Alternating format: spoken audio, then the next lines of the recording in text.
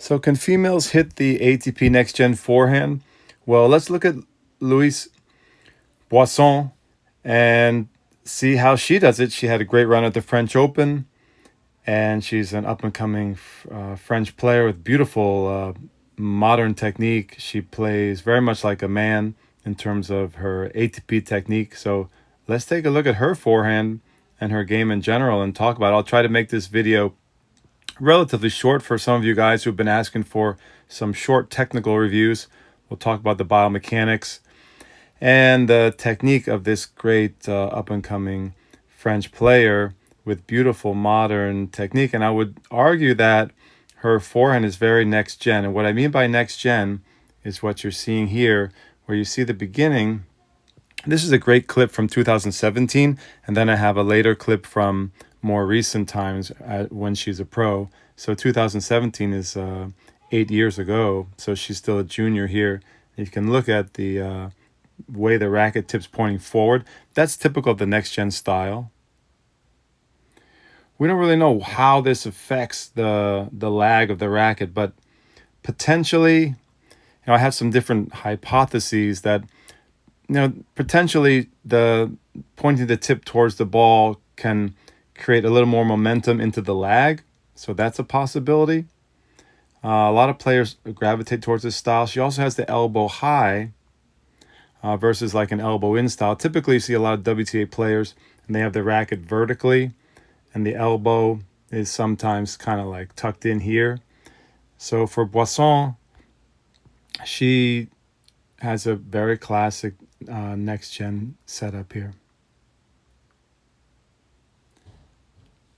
She's not hitting really aggressively here, so she doesn't have a lot of lag on that one. The other thing I would point out to you guys is she's very straight at impact. This one is fairly straight, but I'll show you some other ones where, where she's straight at impact. And also it's interesting sometimes where she's a little bent when she gets jammed. So here's the classic setup. This is a classic kind of next-gen style, I would argue. You can see the elbows high there. You can see the racket tip pointing high. The racket's high and pointing towards the incoming ball. So this is not your classical technique. Typically, you'll see the racket up, or you'll see the racket angled slightly to the side. And here, Boisson has the racket. Look at that. This is typical next gen. So how does this help players? Maybe it facilitates more lag. The only thing I can think of is you might get a more forceful stretch or an extended stretch of the wrist during the lag phase here. Perhaps it helps to get the momentum of the weight of the racket coming around and through during the lag. That's one hypothesis I had. I had another hypothesis that maybe somehow that could add to the stretch of the internal shoulder rotators, but I'm not so sure about that, if that's clear or not. But certainly players like this, and it seems to add potentially more racket speed or spin. One of the downsides is the racket takes a little longer to get from here into the slot, So you have to weigh those trade-offs when you're designing strokes or helping helping students or players develop their strokes. You can experiment with this style for sure. I certainly teach this to some of my juniors. It's not for everybody, though. I have some juniors who prefer to have the racket vertical, kind of the classic like WTA style. Some men do that as well. And you can definitely experiment with pointing the tip and getting the elbow up high like this. And see if your players like it. See if they feel more elasticity in the lag.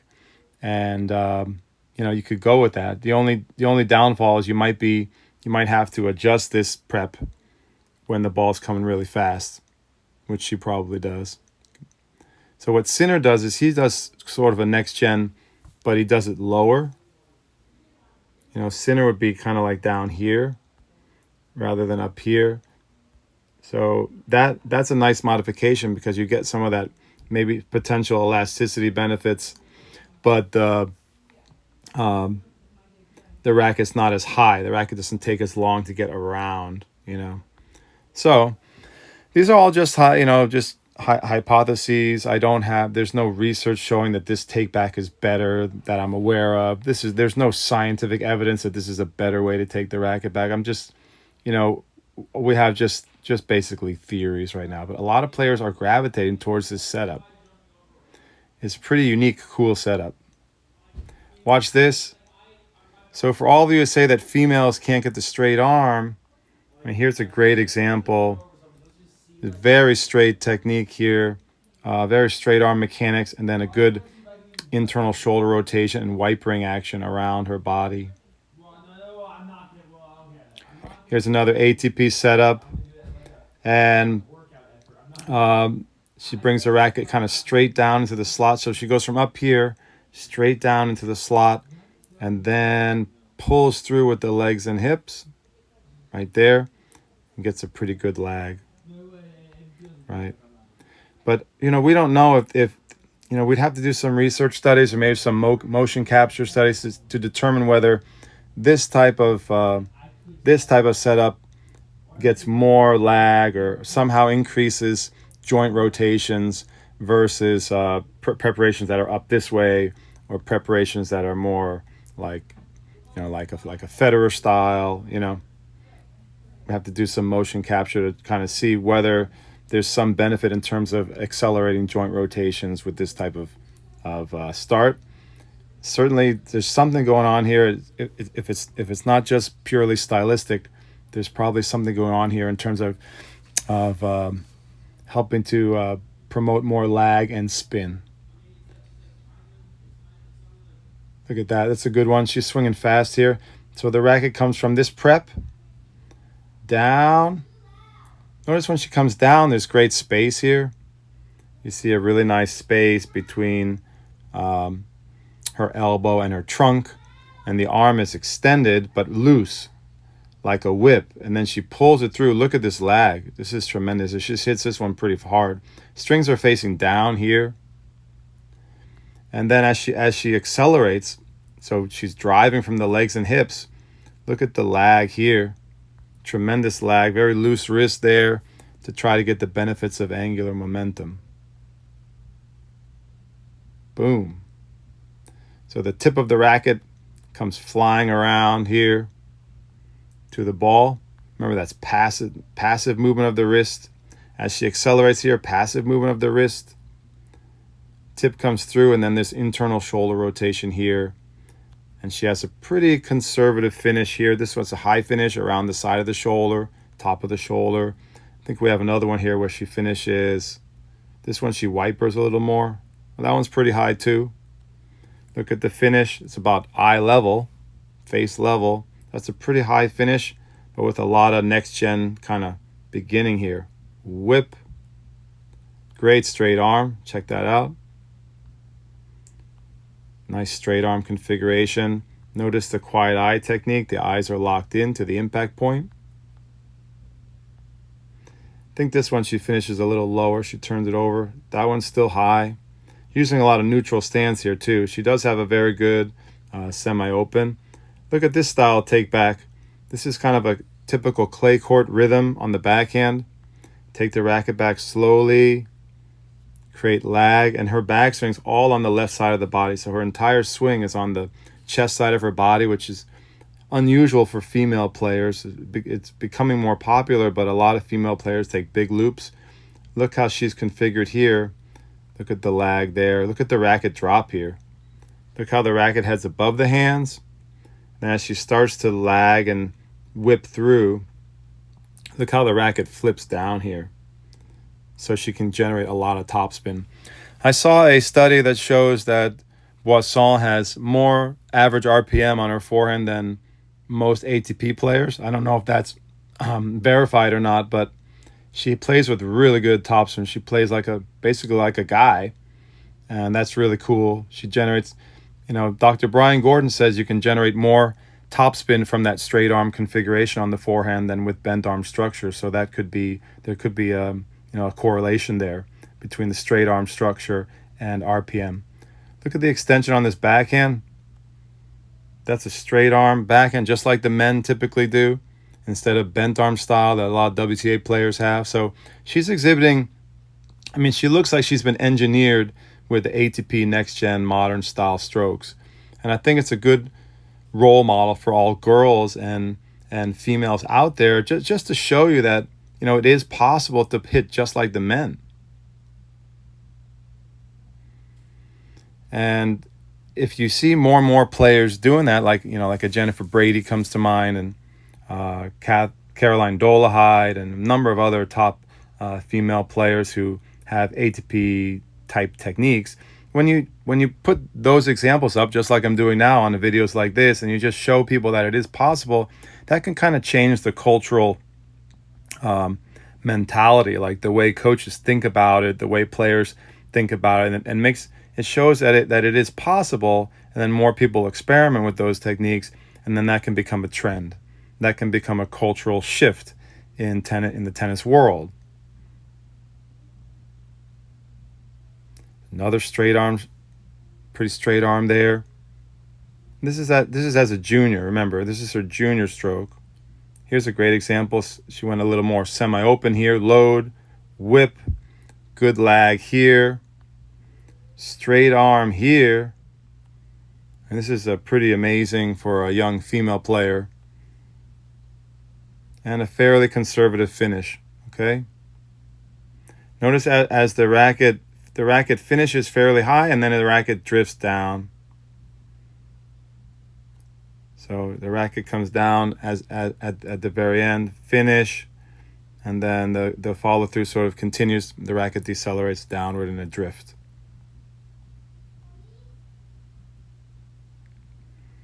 Straight arm again, eyes locked in. Really nice.